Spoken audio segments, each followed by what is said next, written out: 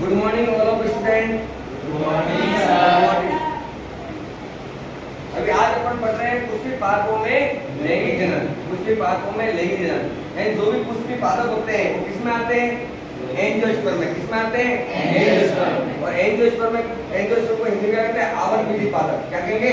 आवरणबीजी पादप। यानी ऐसे पादप जिनके जो बीज जो होते हैं वो क्या होते हैं? आवरण के छिलके से क्या होते हैं?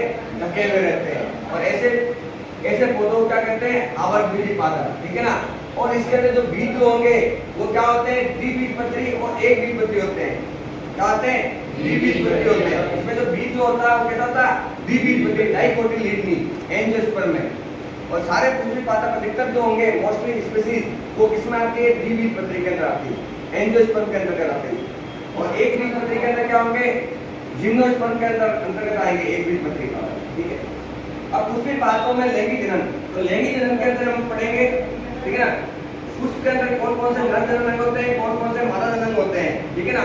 उनकी परिपक्व अवस्था यानी इमैच्योर स्टेज कौन सी होगी और मैच्योर स्टेज जो होती है परिपक्व अवस्था वो कौन सी होगी और किस प्रकार से वो निषेचन के अंदर क्या करेंगे?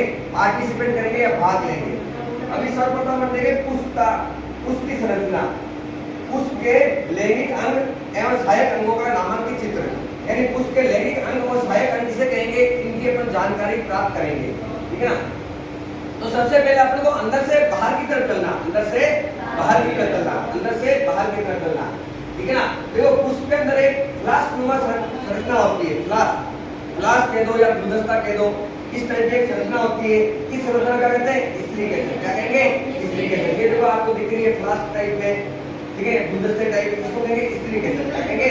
स्त्री केसर। क्या कहेंगे? स्त्री केसर। उसी प्रकार पुष्प के जैसे पास में क्या होते हैं? पुंकेसर होते हैं। क्या होते हैं? पुंकेसर। क्या होते हैं? पुंकेसर होते हैं। पुंकेसर होंगे। क्या होंगे? पुंकेसर। ठीक है ना। उसके बाद में देखिए स्त्री केसर के क्या होते हैं? 3 प्रकार के अंग होते हैं। कितने? 3 अंग। स्त्री केसर में कितने अंग होंगे? 3 टाइप के अंग। ठीक है। सबसे ऊपर जो होगा उसको कहेंगे वर्तिकाग्र। क्या होगा? वर्तिकाग्र। क्या होगा? वर्तिकाग्र। तो यहाँ पे वर्तिकाग्र में क्या होगा? परागकण आएगा और क्या करेगा? परागकण यहाँ पे आकर के क्या होता है? अटैच होता है। क्या होता है? अटैच होता है यहाँ पे वर्तिकाग्र के यहाँ पे। ठीक है ना। और इस क्रिया कहते हैं परागण। क्या कहेंगे? परागण। यानी पुंकेसर से परागकण आएगा वर्तिकाग्र के ऊपर और इस प्रक्रिया क्या कहेंगे? परागण कहेंगे। क्या कहेंगे? परागण कहेंगे। ठीक है ना। फिर आता है वर्तिकाग्र। ये जो ग्रीवा के समान जो संरचना दिख रही है फ्लास्क में, ठीक है, इसको कहेंगे वर्तिकाग्र। यानी स्त्री केसर के ग्रीवा के समान जो संरचना दिखती है इसको क्या कहेंगे? वर्तिका। क्या कहेंगे? वर्तिका। क्या कहेंगे? वर्तिका। फिर जो फ्लास्क के सबसे बॉटम वाला भाग जो होता है, सबसे आधार वाला जो भाग होता है, इसको कहेंगे अंडाशय। क्या कहेंगे? अंडाशय या जायन। और इसके अंदर कौन स्थित होते हैं? बीजांड स्थित होते हैं। कौन होते हैं? बीजांड स्थित होते हैं। कौन होते हैं? बीजांड। और उसके सबसे बाहर की तरफ क्या होती है? पंखुड़ियां होती है। और पंखुड़ियां हमेशा कैसी होती है? रंगीन होती है। और इन पंखुड़ियों कहेंगे दलपुंज। क्या कहेंगे? दलपुंज। और सबसे उसके बाहर की तरफ जो हरे रंग का होता है, हमेशा और हमेशा हरे रंग का होगा, वो क्या होगा? बाह्य दलपुंज। क्या होगा? बाह्य दलपुंज। क्या होगा? बाह्य दलपुंज। और उसको अपन जिस डंठल से पकड़ते हैं, मतलब पकड़ते हैं, उसको कहते हैं पुष्पफल। क्या कहते हैं? पुष्पफल। यानी पुष्प जो है जो पादप से अटैच रहता है और कौन इसको अटैच करता है? कौन करता है? पुष्पफल। कौन करता है? पुष्पफल। अब अपन पढ़ेंगे ट्रिक के माध्यम से। किसके माध्यम से? ट्रिक के माध्यम से। किसके माध्यम से पढ़ेंगे? ट्रिक के माध्यम से। तो देखिए अपने नर जनन कौन है? नर जनन कौन है? पुंकेसर। कौन है? पुंकेसर। कौन है? पुंकेसर। और मादा जनन कौन है? कौन है? स्त्री केसर। कौन है? स्त्री केसर। अभी आप नाम के अंदर देखना, पुंकेसर में पु आया है। क्या आया? पु। और पु का मतलब क्या? पुरुष। क्या है? पुरुष। और पुरुष का मतलब क्या होता है? नर। कौन होता है? नर। कौन होता है? नर। अब इधर आएंगे आप स्त्री केसर। क्या है? स्त्री केसर। स्त्री केसर में आगे की तरफ क्या लिखा हुआ? स्त्री। क्या लिखा हुआ? स्त्री। क्या लिखा हुआ? स्त्री। क्या लिखा हुआ? स्त्री। और स्त्री का मतलब क्या होता है? मादा। क्या होता है? मादा। कौन है? मादा। कौन है? मादा। ठीक है ना। अब देखिए पुंकेसर के अंदर कौन होंगे? परागकण। कौन होंगे? परागकण। कौन होंगे? परागकण। तो देखिए पुंकेसर यानी क्या? नर है और ये कौन है? स्त्री केसर। अब देखिए आप जब भी शादी में जाते हैं, शादी में जब जाते हैं कहीं पे भी और बारात में जाते हो आप, ठीक है ना। तो बारात जाती है, बारात में जाहिर से आप शादी में जाएंगे, ठीक है ना, बारात के माध्यम से जाएंगे, ठीक है ना, दूल्हे के साथ में, ठीक है ना। तो बताइए कि जब भी बारात जाती है, शादी होती है, तो बताइए दूल्हा दुल्हन के घर पे जाएगा या दुल्हन दूल्हे के घर पे आएगी? कहना है मतलब दूल्हा हमेशा दुल्हन के घर पे जाएगा बारात लेकर के, ठीक है ना। उसी तरह अपने यहाँ पे दूल्हा कौन है? अपने यहाँ पे दूल्हा कौन है? मुंकेसर। कौन है? मुंकेसर। दूल्हा कौन है? मुंकेसर। नर कौन है? मुंकेसर। जो नर होगा वही क्या होगा? दूल्हा होगा। क्या होगा? दूल्हा होगा। और यहाँ कौन है? स्त्री केसर। कौन है? स्त्री केसर। जो माता होगी वही कौन होगी? दुल्हन होगी। कौन होगी? दुल्हन होगी। तो बोलो यहाँ से परागकण निकलेगा, क्या निकलेगा? मुंकेसर में से परागकण निकलेगा और वह कहाँ पे आएगा? वर्तिकाग्र। कहाँ पे रहेगा? वर्तिकाग्र। तो यहाँ से परागकण का वर्तिकाग्र पहुंचने की क्रिया यानी क्या है? जब भी क्या होगा? दूल्हे की बारात जाएगी दुल्हन के घर पे, तो बोलो इसको शादी कहते हैं नहीं कहते हैं? शादी कहते नहीं कहते? उसी प्रकार जब परागकण वर्तिकाग्र पे जाएगा तो इस क्रिया को क्या कहेंगे? परागण। क्या कहेंगे? परागण। क्या कहेंगे? परागण। क्या कहेंगे? परागण। क्या कहेंगे? परागण। और परागण भी दो प्रकार का होता है। क्या होता है? दो प्रकार। एक होता है स्वपरागण और दूसरा क्या होता है? परपरागण। एक क्या होगा? स्वपरागण होगा, दूसरा क्या होगा? परपरागण। अब देखिए जो दूल्हा जो है वो दुल्हन के यहाँ पे जा रहा है तो किस माध्यम से जा रहा है? किस माध्यम से जा रहा है? ओडी से जा रहा है, मर्सिडीज से जा रहा है, ठीक है, हेलीकॉप्टर से जा रहा है, हवाई जहाज से जा रहा है, हाथी से जा रहा है, घोड़े से जा रहा है, किस माध्यम से जा रहा है? तो उसी प्रकार परागण जो क्रिया होती है वो किस माध्यम से होती है, ठीक है ना। तो इसमें भी जो परागकण है, इसमें भी जो परागकण है वो वर्तिकाग्र के वहां पे किस माध्यम से जाएगा? इसमें इस माध्यम से जाएगा पक्षियों द्वारा, ठीक है ना, सूक्ष्म जीवों द्वारा, वायु द्वारा, जल द्वारा, ठीक है ना। ये इसके माध्यम से परागकण क्या होते हैं? एक स्थान से दूसरे स्थान पर पहुंचते हैं, ठीक है ना। इसी प्रकार दूल्हा भी क्या करता है? विभिन्न प्रकार के माध्यम या साधनों द्वारा कहाँ पहुंचेगा? दुल्हन के घर पे। कहाँ पहुंचेगा? दुल्हन के घर पे, ठीक है ना। और जब ये परागकण कहाँ जाता है? वर्तिकाग्र पे, दुल्हन के घर पे जाता है, ठीक है ना। तो फिर क्या होता है? दुल्हन के घर के बाहर तोरण बांधते। क्या बांधते? तोरण बांधते। फिर दूल्हे का जो पिता होता है वो ऐसे तोरण को हाथ में से खड़े रख के रखता है, लेकिन फिर दूल्हा कटार निकालता है, फिर तोरण काटता है, ठीक है, चिड़िया उड़ाता है, ठीक है ना। और जैसे चिड़िया उड़ती है फिर जैसे दूल्हे के दोस्त क्या फोड़ते हैं, ठीक है ना, वो पटाखे फोड़ते हैं, फिर वो डांस करते हैं। और दुल्हन की संख्या क्या करती है? पहले से तैयार रखती है। और जो गलकुल जो होते हैं, माला बनती है, उनके गलकुल के क्या करते हैं? पंखुड़ियां अलग निकालती है। क्या निकालती है? पंखुड़ियां अलग निकालती है। और पंखुड़ियों के बाद में जो वेस्टेज पदार्थ होता है, वेस्टेज जो भाग होता है, ठीक है ना, हरे रंग का, ठीक है ना, ऐसे टोपे टाइप का होता है, इसको क्या करती है? बाहर निकाल के फेंक देती है, ठीक है ना। अगर बाहर नहीं निकालेगी तो वो क्या करती है? ऊपर से क्या, दुल्हन के घर के ऊपर से क्या करेगी? फूल बिखेरेगी, फूल छिड़केगी, ठीक है ना। अगर ये बाहर नहीं निकालेगी तो हो सकता है ये साइज में बहुत बड़ा होता है, ठीक है ना, और ये किसी के आंख में लग गया तो हो सकता है कोई अंधा हो जाए, ठीक है, ठीक है ना, कोई किसी के आंख डैमेज हो जाए, कुछ भी हो सकता है, ठीक है ना। इसलिए इसको बाहर निकाल दिया जाता है, ठीक है। इसको क्या कहते हैं? ये हमेशा क्या होता है? हरे रंग का होता है। कैसा होगा? हरे रंग का। और ये हरे रंग का होता है, जिसको हमेशा क्या कहते हैं? इसको हमेशा क्या कहते हैं? बाह्य दलपुर। क्या कहेंगे? बाह्य दलपुर। क्या कहेंगे? बाह्य दलपुर। क्या कहेंगे? बाह्य दलपुर, ठीक है ना। अब जो दुल्हन की सखियां क्या करती है? ऊपर से फूल बिखेरती है। और फूल कैसे होते हैं? रंगीन होते हैं। क्या होते हैं? रंगीन होते हैं। क्या होते हैं? रंगीन होते हैं। क्या होते हैं? रंगीन होते हैं। रंगीन होते हैं फूल, ठीक है ना। तो फूल बिखेरती है, फूल कैसे होंगे? रंगीन होंगे, ठीक है। अलग अलग प्रकार के रंग होंगे, कोई लाल होगा, कोई पीला होगा, ठीक है ना। तो जो भी कीट पतंगों को आकर्षित करता है वो कौन करता है? कलर आकर्षित करता है। और इन पंखुड़ियों के हिसाब से क्या करते हैं? कीट पतंगे जो भी होते हैं वो आकर्षित होकर वहां आते हैं और क्या करते हैं? मकरंद चूसते हैं। क्या चूसते हैं? मकरंद चूसते हैं। अब जैसे ही क्या है, दूल्हा यानी कौन है? पुंकेसर दुल्हन के घर पे जाएगा और तोरण बांधेगा, तोरण कलर काटेगा और फिर एक गाना बजता है, ठीक है ना, बहुत फेमस गाना। वो आज से नहीं, जब मेरे माता पिता जो छोटे थे तब से बज रहा है, मतलब कहीं जब से मैं पैदा हूं तब से वो सुन रहे हैं, ठीक है ना। और वो एक फिक्स गाना है, शादी में वो बजेगा ही बजेगा जब दूल्हा दुल्हन के घर के बाहर यानी गेट के बाहर जाएगा, ठीक है ना। गाना कौन सा है? बहारो फूल बरसाओ मेरा महबूब आया है, मेरा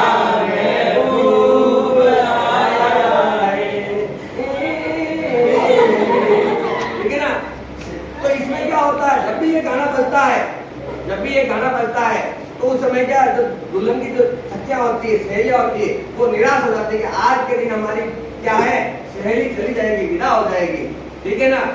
और इधर क्या, जो भी दूल्हे के दोस्त होते हैं वो डांस करते हैं, पता करते हैं, डांस करते हैं, ठीक है ना, खुश होते हैं, दूल्हा भी खुश होता है, ठीक है ना। और दूल्हे के फैमिली वाले भी क्या होते हैं, खुश होते हैं, ठीक है, सारे खुश होते हैं।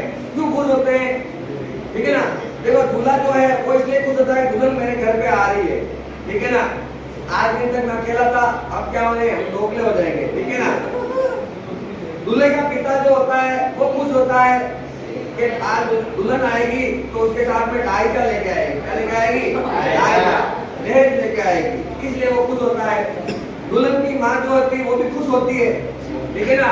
वो इसलिए खुश होती है कि दुल्हन जब आएगी तो मेरे रोटी बनाने में, सब्जी बनाने में, या तो घर का काम काज करने में क्या करेगी, सहायता देगी, और मैं आराम से सोऊंगी, रेस्ट करूंगी, वो भी खुश होती है। और बाराती इसलिए खुश होते हैं कि हम वहां जाएंगे तो अच्छा बफर सिस्टम में क्या है, खाने को मिलेगा, ठीक है ना, गुलाब जामुन वगैरह, ठीक है ना, मटर पनीर, ठीक है ना, तो ये खाने को मिला, तो सब खुश होते हैं, ठीक है ना, और सब खुशी जाहिर करते हैं, ठीक है ना। तो क्या, जब भी तोरण बनता है, ये गाना बनता है, तो ऊपर से सच्चा जैसे गाना स्टार्ट होता है, सच्चा क्या बिखेरती, ऊपर से बोलो क्या बिखेरती है, पंखुड़िया, और क्या बिखेरेगी, पंखुड़िया, क्या बिखेरेगी, पंखुड़िया, और पंखुड़ी को ऊपर क्या कहते हैं, क्या कहते हैं, दलकुल, क्या कहेंगे, दलकुल। तो वो जो बिखेरी है वो क्या बिखेरी, दलकुल बिखेरी, क्या बिखेरी, दलकुल, क्या बिखेरेगी, दलकुल, क्या बिखेरेगी, दलकुल बिखेरेगी, ठीक है ना। अब जैसे ही यहाँ पे आया, ठीक है ना, तो परागण हो गया, सौ परागण, पर परागण ये हो गया। अब ये दलकुल बिखेर दिए, ठीक है ना, तो ये क्या है, दलकुल, ये विभिन्न प्रकार के होते हैं, रंगीन होते हैं, ठीक है ना, अलग अलग कलर में होते हैं, ठीक है ना, ये क्या है, दलकुल, ठीक है ना। अब ये तो हो गया दलकुल का, ठीक है ना। इस तरह से क्या होती है, शादी होती है, क्या होती है, शादी होती है। अब ये देखो वहां तक हो गया, अब दुल्हन बोलो घर पे आएगी नहीं आएगी, आएगी नहीं आएगी, और घर पे जब आएगी, ठीक है ना, तो बोलो दूल्हे और दुल्हन का मिलन होगा कि नहीं होगा, दूल्हे और दुल्हन का क्या होगा, मिलन होगा, क्या होगा, मिलन होगा, क्या होगा, मिलन होगा। तो इसमें क्या होता है, जब यहाँ पे आता है तो परागण होते हैं, परागण की जैसे बात की जो क्रिया होती है, इसमें क्या होती है, जो परागण जो होता है वो वर्तिकाग्र क्या होता है, अटेज हो जाता है, क्या होता है, अटेज होता है, और इस क्रिया का कहते हैं परागण कहेंगे, क्या कहेंगे, परागण। और ये क्रिया दो प्रकार की होती है, एक सौ परागण, एक होती है पर परागण। सौ परागण का मतलब तो ये है कि एक ही पादप का, एक ही पुष्प का, ठीक है ना, परागण उसी पुष्प की वर्तिकाग्र पर या उसी पादप के कोई अन्य फूल है, अन्य पुष्प है, ठीक है ना, उसकी वर्तिकाग्र पर जगह अटेज जो होता है उसको क्या कहते हैं, सौ परागण कहते हैं। और पर परागण का मतलब क्या, दो अलग अलग पादप है, क्या है, दो अलग अलग पादप, मतलब एक पादप के पुष्प के परागण किसी अन्य दूसरे पादप के, उसी जाति के किसी अन्य दूसरे पादप के वर्तिकाग्र पर जाके अटेज होता है, उसको क्या कहते हैं, पर परागण, क्या कहते हैं, पर परागण। अब परागण हो गया, शादी होगी, बारात होगी, फिर वापस बारात आएगी, ठीक है ना। अब दूल्हे दुल्हन का क्या होगा, मिलन होगा, क्या होगा, मिलन। तो इसमें मिलन को अपन कहते हैं निषेचन, क्या कहते हैं, निषेचन, क्या कहेंगे, निषेचन। तो उनमें क्या होगा, निषेचन होगा। इस समय होता यह है कि ये जो परागण जो आया है, तो इस परागण में एक पराग नलिका का निर्माण होता है, इसका निर्माण होगा, पराग नलिका। और इस पराग नलिका को कहते हैं पोलन ट्यूब, क्या कहते हैं, पोलन ट्यूब। क्या होगा, पराग नलिका का निर्माण होगा, इस पराग नलिका को क्या कहेंगे, पोलन ट्यूब कहेंगे, क्या कहेंगे, पोलन ट्यूब। और ये पोलन ट्यूब जो आपके बीजांड है, ठीक है, उसके सबसे बॉटम में भाग में जो बीजांड है, इससे जाकर के क्या होता है, कनेक्ट हो जाता है, क्या होता है, कनेक्ट हो जाता है। और इस परागकण के अंदर जो केंद्रक होता है, क्या होता है, केंद्रक, क्या होगा, परागकण का केंद्रक। अब ये परागकण का छिलका जो है ये यहाँ पे ले जाएगा, ठीक है, छिलका यहीं पे ले जाएगा, उसका जो परागकण का जो केंद्रक है सिर्फ इस केंद्रक अंदर एंटर करेगा। बोलो ये केंद्रक आ रहा कि नहीं आ रहा, आ रहा कि नहीं आ रहा, आ रहा कि नहीं आ रहा, ये जो चल रहा केंद्रक, ये एक ही केंद्र के, ज्यादा केंद्र नहीं, ये चलते हुए स्टेज बता रहे हैं, क्या बता रहे हैं, चलती हुई स्टेज बता रहे हैं। बोलो यहाँ करके जो बीजांड है उसके साथ में मिल गया नहीं मिल गया, बोलो बीजांड के साथ मिल गया नहीं मिल गया, यानी बीजांड के साथ जब बीजांड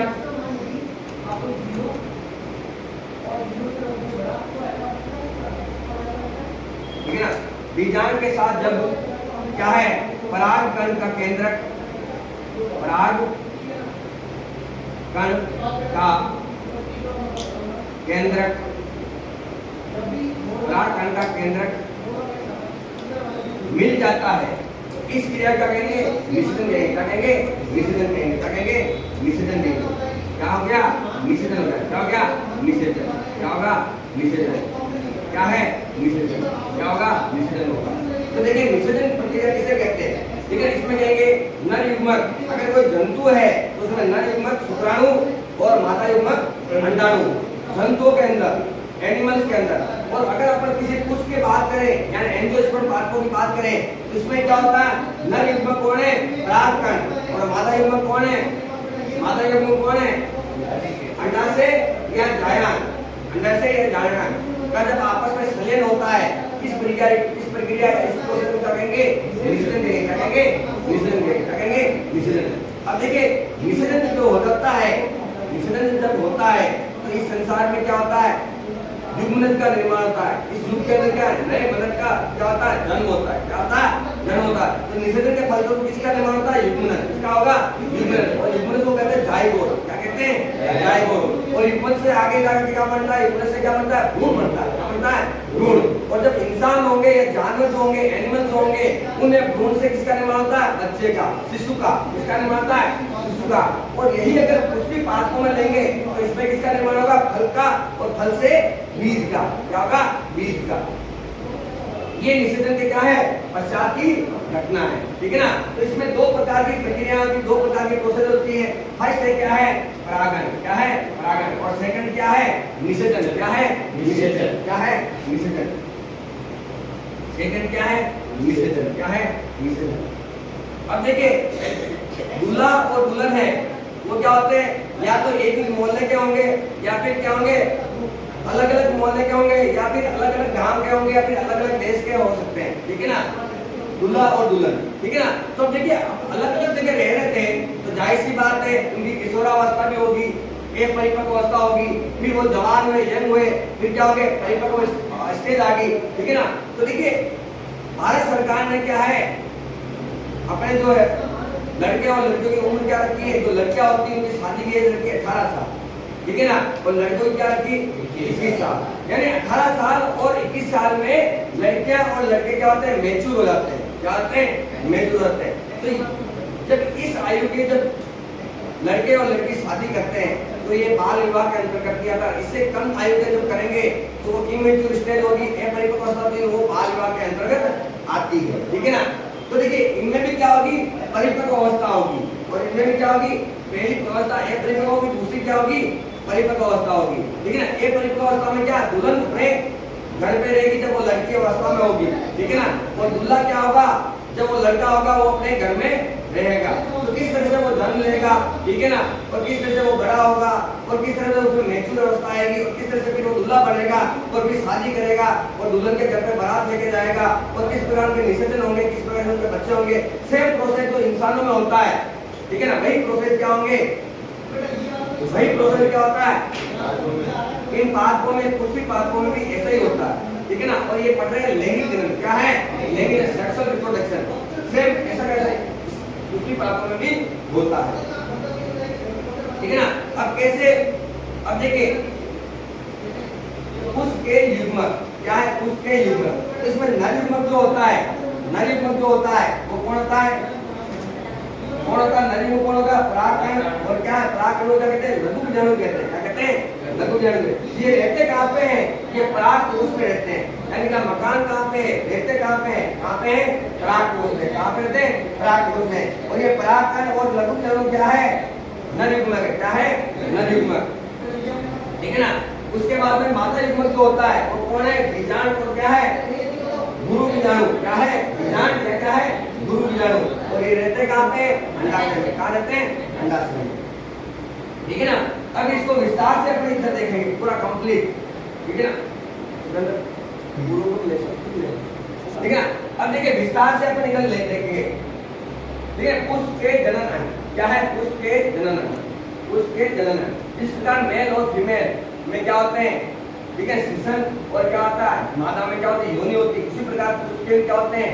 नर जनन अंग भी होते हैं, मादा जनन अंग भी होते हैं। ठीक है ना? तो पुष्प के जनन अंग कितने प्रकार के होते हैं? 2 प्रकार के। There is 2 type. There is 2 type. कौन कौन से? पहला है नर जनन अंग और दूसरा क्या है? मादा जनन।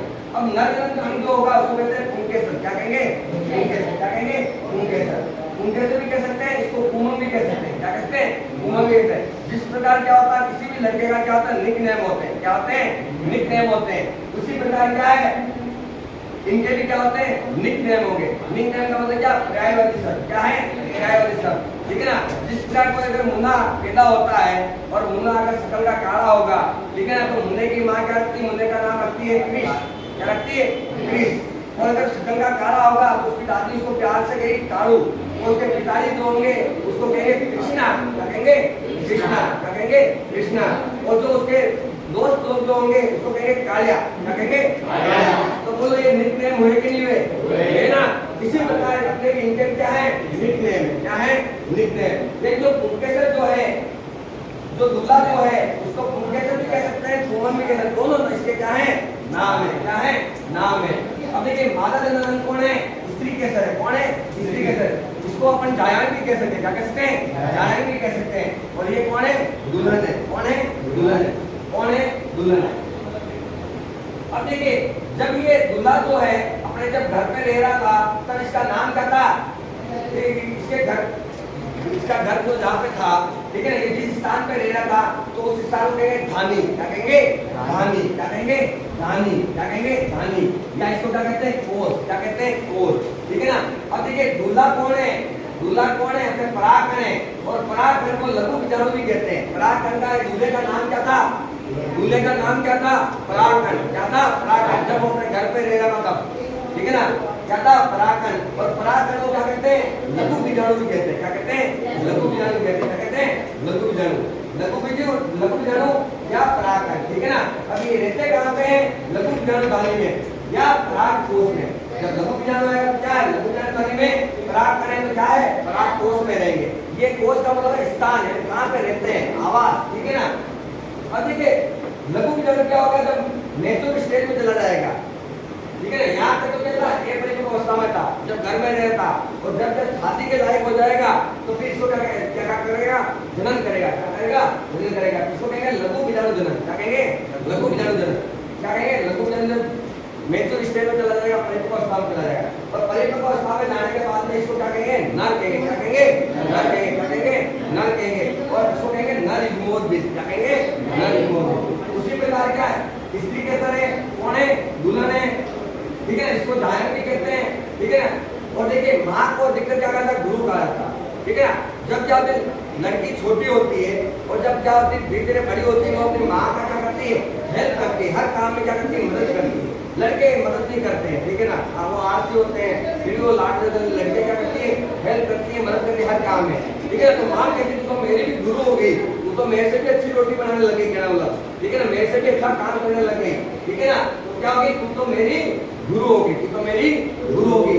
यानी उस लड़की का नाम क्या पड़ गया? गुरु बीजाणु धानी। क्या है?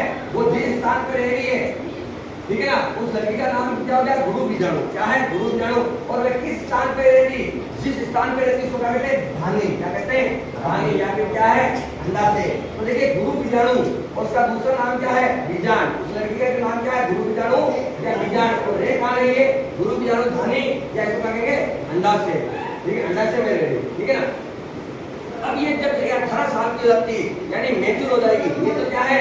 ये परिपक्व अवस्था है, इमैच्योर स्टेज है। तो जब परिपक्व अवस्था में हो जाएगी तब उसकी शादी हो जाएगी, फिर क्या करेगी? वो जनन करेगी, रिप्रोडक्शन करेगी।